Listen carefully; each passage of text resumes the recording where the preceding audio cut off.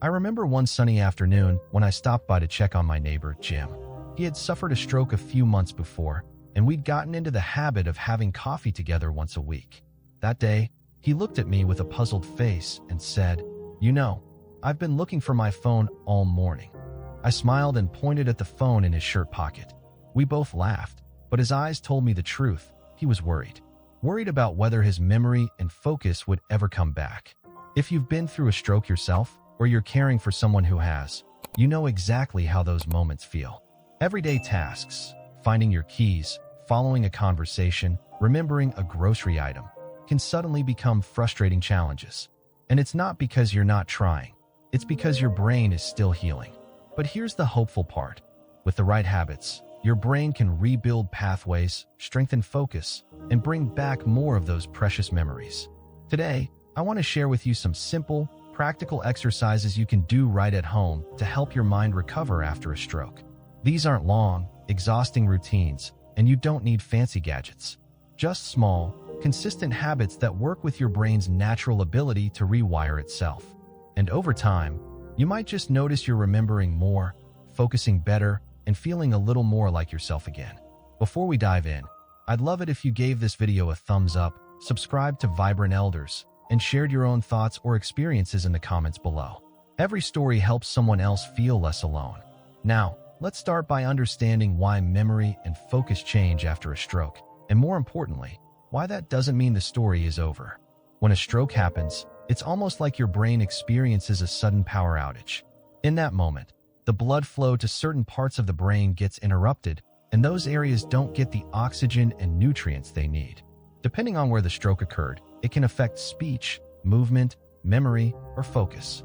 That's why one person might have trouble walking while another might find themselves struggling to remember the name of an old friend or follow a conversation without losing track. But here's something I want you to hold on to. Your brain is one of the most remarkable organs in the body. It's not a fixed machine with parts that simply stop working forever. It's alive, adaptable, and capable of finding new ways to get things done. Scientists call this neuroplasticity, and it's basically the brain's way of building detours around damaged areas. Think about it like your neighborhood roads. Imagine one day your main street is blocked by construction. At first, it feels like your entire routine is ruined. But soon, you find a side street, maybe a little longer, maybe with a few bumps, but it still gets you where you need to go. That's what your brain is doing after a stroke, looking for side streets to get your memories, your focus, and your thinking skills back to where they need to be. Research from the American Stroke Association has shown that with the right kind of mental stimulation, those detour pathways can grow stronger and faster over time. This isn't about a miracle cure. It's about steady, gentle training that teaches your brain to reconnect in ways you might not have thought possible. Now, I'll be honest, in the early days after a stroke, these changes might feel painfully slow. You might get frustrated, and that's normal. Jim, my neighbor, used to get so annoyed when he'd lose track of what he was saying mid-sentence. One day I told him, "You're just building new roads, my friend. Give the construction crew a little time." That became our inside joke. And as the weeks went by, those road crews in his brain seemed to work overtime. He began recalling more names, following our conversations without getting lost, and even beating me at our Sunday crossword. The key takeaway is this. Memory loss or brain fog after a stroke doesn't mean you've reached the end of the road. It means your brain is in the middle of mapping out a new route. Every small exercise you do, every focused moment you create, is like adding another brick to that new pathway. And once you understand that your brain can and will adapt, it changes the way you look at recovery. It stops being about what you've lost and starts being about what you're rebuilding. So now that you know why these changes happen and why hope is not only reasonable but realistic, let's talk about how daily mental exercises can speed up that roadwork in your brain. Once you understand that your brain is like a neighborhood building new roads, the next question is, how do you help the construction crew? The answer is simple. You give them regular, steady work. And that's where daily mental exercises come in. I like to think of your brain like a muscle. If you've ever had to rebuild strength after breaking a bone or being laid up in bed for a while, you know you don't go straight to lifting heavy weights. You start small, maybe with light stretching or short walks, then slowly add more as your strength returns. The same rule applies to your brain. If you want sharper memory and better focus, you have to give it regular workouts, but the kind that feel manageable, not exhausting. A lot of people think they have to spend hours on puzzles or sit through long, boring brain training sessions. That's just not true.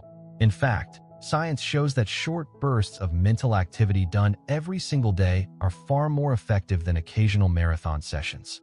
A few minutes of challenge every day sends your brain a powerful signal.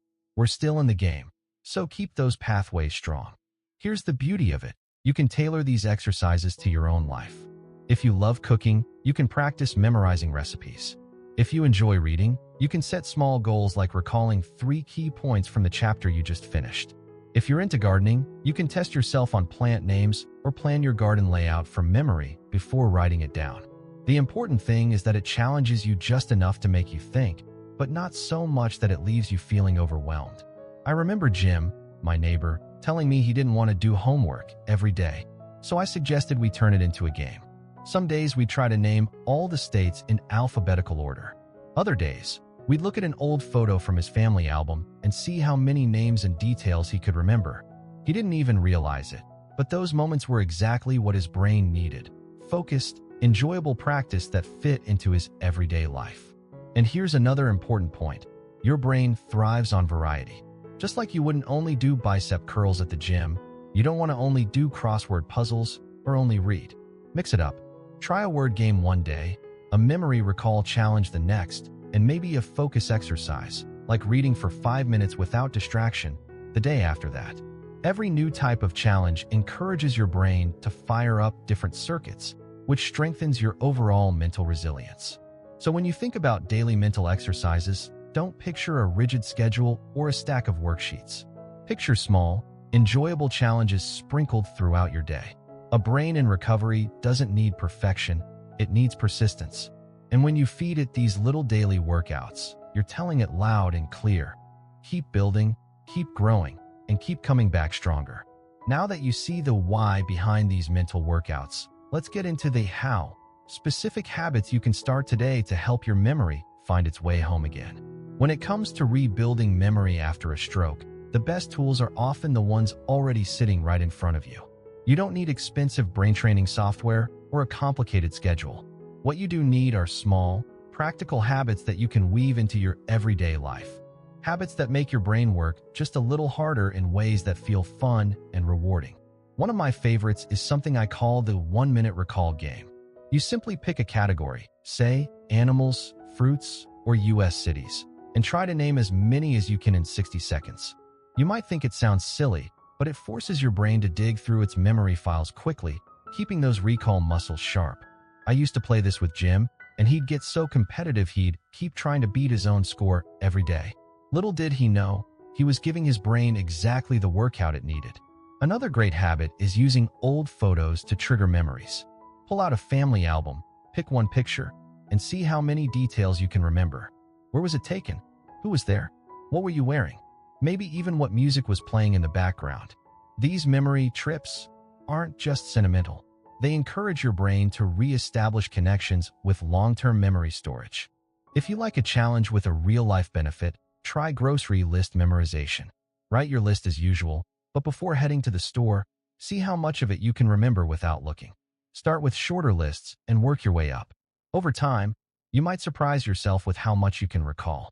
And if you forget something, well, that's what a backup list is for. No harm done, just another round of practice. Journaling is another powerful habit.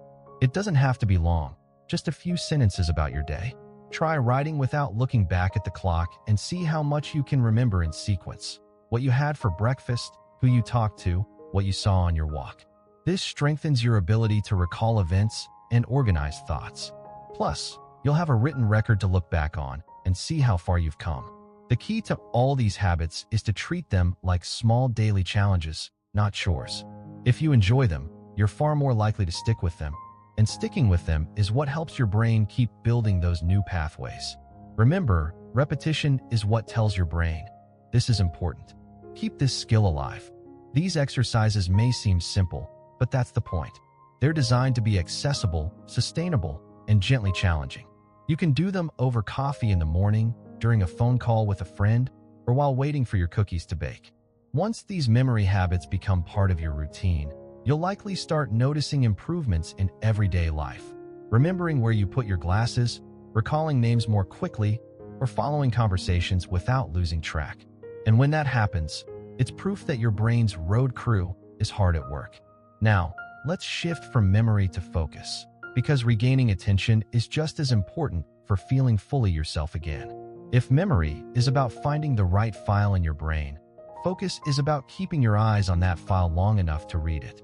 After a stroke, it's common to feel like your attention drifts more quickly, or that it's harder to stay with one task from start to finish. The good news? Focus, like memory, can be trained with small, intentional habits. One of the simplest tools is what I call micro-mindfulness. You don't have to sit cross-legged on a mat or light incense, unless you want to. It can be as easy as sitting in your favorite chair, closing your eyes, and counting 10 slow breaths. Each time your mind wanders, and it will, gently bring it back to your breathing. This trains your brain to notice when it's slipping away and to pull itself back. It's a skill that translates directly into daily activities like reading, cooking, or even chatting with a friend without getting lost in thought. Another effective technique is adapting the Pomodoro method for stroke recovery. In the traditional method, you focus for 25 minutes, then take a short break. But for brain recovery, you can shrink that to 5 or 10 minutes of deep focus followed by a couple of minutes of rest. Maybe you read a magazine article for 5 minutes, then stand up and stretch. Or you work on a puzzle for 10 minutes, then take a sip of water and look out the window. These sprints train your brain to stay present without overwhelming it. Reducing distractions is also huge.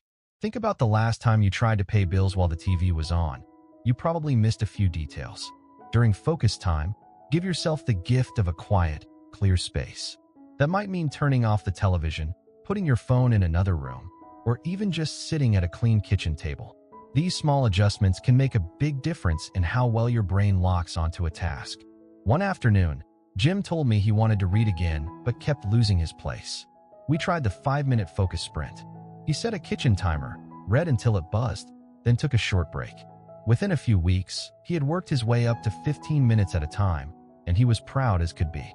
It wasn't about reading faster. It was about rebuilding the mental stamina to stay engaged. Focus training isn't about forcing your mind into rigid discipline. It's about gently expanding your brain's attention span one small stretch at a time. The more often you practice, the more your brain learns, oh, this is something we do now, and the easier it becomes to stay with whatever you're doing. And once your focus starts sharpening, you'll notice it makes your memory work better too. The two go hand in hand. When you're fully present in the moment, you're far more likely to store it in memory for later. Next, let's talk about how keeping your body moving, yes, even gently, can give your brain an incredible boost in recovery. When we think about healing the brain, most of us imagine mental exercises, puzzles, or memory games. But here's a little secret. Your brain loves it when your body moves. In fact, gentle physical activity can be one of the most powerful tools for recovery after a stroke. That's because movement increases blood flow, and blood is like the brain's delivery service, bringing oxygen and nutrients right where they're needed. Without that delivery, it's a lot harder for those new roadways we talked about earlier to get built. Now, I'm not talking about running marathons or lifting heavy weights. I'm talking about small, safe, and consistent movements you can do every day. A slow walk around the block, a few minutes of chair yoga, or even gentle stretching in your living room can make a real difference. The key is regularity. Your brain and body respond best when they know movement is part of the daily routine. One of my favorite examples is a lady named Carol I met at a community center. After her stroke, she was nervous about walking outside, so she started by pacing her hallway at home twice a day. She'd turn on her favorite Elvis songs and just walk back and forth for a few minutes. Over time, she noticed not only did her legs feel stronger, but she could also remember more details from her day and follow conversations more easily. That's the magic of better blood flow. It fuels both your muscles and your mind. You might also enjoy exercises that combine movement with coordination, like tossing a ball from one hand to the other or stepping side to side while clapping your hands in rhythm. These activities challenge both your body and brain at the same time, which research shows is especially effective for neuroplasticity. If balance or mobility is a concern, there are plenty of seated exercises that still get the heart pumping. Simple moves like lifting your knees one at a time while sitting, doing small arm circles, or squeezing a softball in your hands can all help. The important thing is to keep things safe. Use a sturdy chair, hold onto a railing when needed, and never push yourself to the point of pain or dizziness. Even light activity sends your brain a signal. We're still in motion. We're still growing. And the more often your brain gets that signal, the stronger it becomes, not just physically, but mentally too. That's why doctors and therapists often emphasize physical rehab alongside cognitive training. They work together like two gears in the same machine. So whether it's a stroll in the fresh air, gentle stretches while the coffee brews, or dancing in the kitchen to your favorite oldies, movement is more than exercise. It's a daily gift to your brain's recovery process. Now, we've talked about working out your mind and your body, but there's another piece that's just as important: keeping your heart full through connection and social interaction. Let's explore why those relationships matter so much for brain health. You've probably heard the saying, laughter is the best medicine. Well, when it comes to recovering your mind after a stroke, that saying isn't far from the truth. Staying socially and emotionally connected is not just good for the soul, it's vital for the brain. Every conversation, every shared story, every game played with a friend or family member gives your brain a chance to stretch and grow in ways that solo exercises can't match. Social interaction is like a full-body workout for your brain. You're listening, processing information, remembering details, thinking about what to say next, and reacting to someone else, all at the same time. That's a lot of mental muscles firing together. It's why researchers at the Mayo Clinic found that people who stay socially engaged tend to have sharper cognitive abilities and better emotional well-being over time. I'll never forget my Aunt Linda, who had a mild stroke in her 70s. She was shy about her speech at first, worried she might stumble over her words. But her grandkids insisted on having their weekly Sunday Zoom game night, where they'd play word games and trivia. At first, she'd sit quietly and just listen. But little by little, she began joining in, laughing when she got an answer wrong, and lighting up when she nailed a tricky question. After a few months, her vocabulary recall was noticeably better, and more importantly, her confidence was back. The emotional side of this is just as important as the mental side. Recovery is hard work, and it can feel lonely at times. Having a circle of people who cheer you on, share in your victories, and even joke about the small setbacks keeps you motivated to keep going. It's like having a walking buddy for your brain. You're more likely to show up when someone's expecting you. And it doesn't have to be a big crowd. Even a phone call with an old friend, a chat with your neighbor, or a quick visit with family can be enough to get your brain buzzing. If you're comfortable, joining a local stroke support group can be a game changer. Not only do you get encouragement from people who understand exactly what you're going through, but you also pick up new tips and exercises that have worked for them. Here's the thing: when you combine social interaction with the habits we've already talked about, you get a multiplier effect. Playing a memory game with a friend challenges your brain twice. Once from the game itself, and again from the conversation happening around it. Swapping stories about your week is like running a recall exercise without even realizing it. So, think of social time not as something extra, but as an essential part of your recovery toolkit. It keeps your brain active, your mood lifted, and your motivation strong. And speaking of motivation, let's look at how tracking your progress can keep you moving forward even on the days that feel slow. One of the toughest parts about recovering after a stroke is that progress can be slow and sometimes hard to notice. You're putting in the effort every day, but without some way to see your growth, it's easy to feel like nothing's changing. That's why tracking your progress isn't just helpful. It's a powerful motivator that can keep you going when the road feels long. Think of it like a garden. If you plant seeds today and check them every hour, you'll swear nothing's happening. But if you look every few days, you start to see tiny green shoots breaking through the soil. Your brain's recovery works the same way. The small habits you practice, whether it's recalling a grocery list, focusing for 5 minutes, or walking a little farther, are the seeds. Tracking them lets you see the sprouts, even when they're tiny. You don't need a complicated system. Some people like to use a simple notebook, jotting down what they practiced and how it went. Others prefer a wall calendar where they can mark each day they completed their exercises. You could even use your phone's notes app if that feels easier. The format doesn't matter.